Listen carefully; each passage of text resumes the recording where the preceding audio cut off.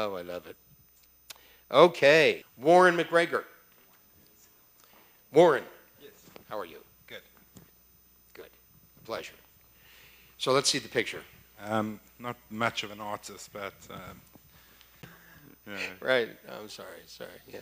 There's that's no big problem. guy. You got it. Dad, mom, and the kid. Yes, yeah. Yes. Focused it around family. Got it. And I got it. family's obviously the core, and then that's just everything on that first page that motivated me. Mm-hmm. And then moving on to the following pages. Well, let me see the first page whys, first. etc., Okay. etc. So here's the family at the core. What's MPG? That's my company, McGregor Property Group. Mm-hmm. It's probably not the best place to start. The best place to start is probably the Africa. Okay. I'm from South Africa originally, and I was one of those guys who swore and fought I'd always stay in Africa, and my heart was in Africa. And if somebody was leaving, immigrating, because people left South Africa in the 90s and the beginning of the new millennium in droves, trying to get out. And I'm saying, why are you going? We need to help Africa. You need to stay and stay and stay. And my wife can attest and say, she met me in South Africa, and I never wanted to leave, And What did you do in South Africa? I was a pastor in a church on that side. We had a very successful youth group. I came on board. I took it from about 600-700 kids to about 2,500. In about 2 years, and a church over here wanted me to come over here and implement what we did over there. And long story I moved over here. What was supposed to be a 1-year term turned out to being a 2-year term, and they wanted me to stay on, but my heart just kept on going back to Africa. And about 4 or 5 years ago, and over the course of the years, I've made multiple trips back to Africa. I go there probably twice a year now. About 3 years ago, he told me, Warren, where do you want to go? I always wanted to go to Malawi, which is just below the equator, biggest lake in Africa. It's got the highest AIDS rate in Africa as well. And I flew down there and got the ball rolling. And in the last few years, we've got 2 full-time missionaries down there, skilled guys, contractors. And in the process, we've set up 2 schools down there, not really for training Bible school, even though that's what we do. It's mainly teaching them, training Bible school. It's mainly training them, the saying in the Bible, if you give a man a fish, you feed him for the day. If you teach him to fish, you feed him forever. And so we started that on agriculture. It didn't really take off the way we envisioned, but we got this guy who came from Indiana, and he started the contracting, the masonry, teaching them how to make bricks, lay bricks. And now we've had the Malawian government basically got all of our students, once they graduate from our classes, working, So that's taken off. But my main goal has been, I got out of it because I wanted to focus on missions back in Malawi. I got out of that, got into the real estate industry. Right. But is this one growing in Florida? The church? Yes, the church. It has. I haven't been there for 3 or 4 years.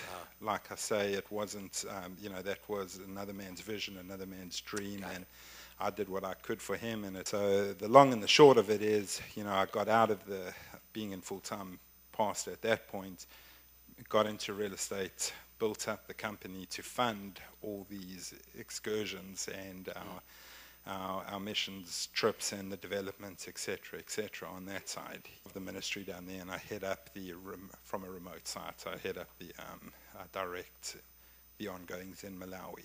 So, So the real estate business is there to fund the mission, the schools. Exactly, and it's written into our purpose and vision over there, which I had my wife write because you wouldn't be able to read my handwriting.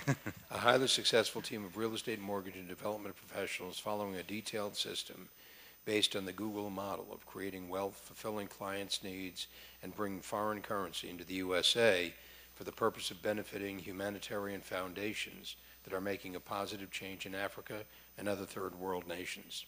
The vision, every person in the team to be brought to a financial position and state of mind that they're living for a purpose greater than themselves. and the mission. An innovative and successful real estate corporation that is in existence for the sole purpose which is greater than itself. Dream, a successful business providing more than 25% of its gross profit to humanitarian projects in Africa and creating it in such a manner that other companies can replicate the business model. In a nutshell. In a nutshell. And that's good. So my dream, my mission, my purpose, my dream, my vision, my purpose, and my mission, which is the order in which it comes. My dream, my vision, my purpose, and my mission. You're asking me that? No. Oh. I'm saying that in the order in which I'm driving it. The dream is the highest. The vision is the way it manifests itself. Right. So the dream is number one. And that's what the question I was going to ask you. The dream is number one. The vision is number two. The purpose is number three. And the mission is number four. So you might see it like this. That's the dream is the most abstract. It's the higher. It's the highest. So it has a high purpose. You understand? It sees something being done.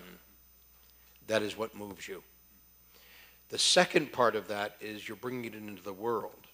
So in my case, in E-Myth terms, my company's dream was to transform the world of small business, right? E.g., more productive, more life-fulfilling, etc. The second, called the vision, was to create the McDonald's of small business consulting.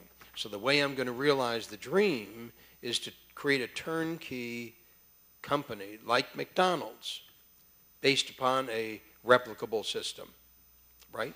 The third, which is the purpose, is to transform the lives of people in business and who do business with business and who work for business and who invest in business. So the higher is the ultimate aim. And through the achievement of that, these subsequent things will happen. The mission is to create the franchise prototype and scale it throughout the world. Okay?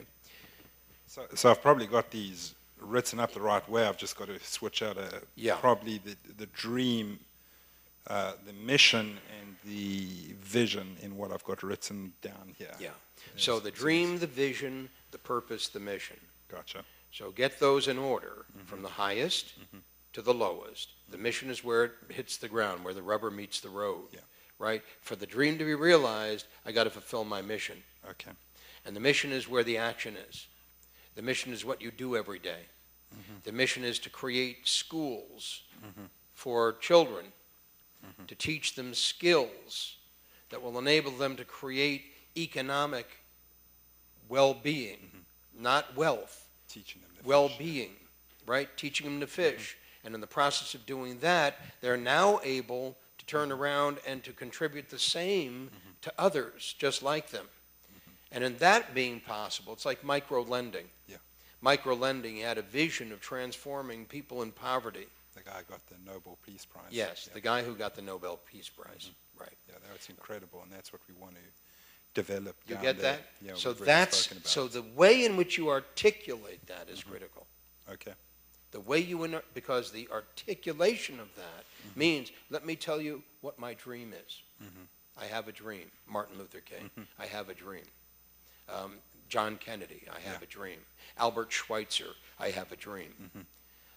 It's critical you're able to communicate that. It is. At the highest level, all the time. The second part is, let me tell you my vision, how it's going to appear in the world. Kathy, I hope you're writing this down. Right? How it's going to appear in the world. I want to transform small business worldwide, and the way I'm going to do that is to build a McDonald's model that's absolutely replicable on a large scale. The third thing I'm going to do by doing that, my purpose is to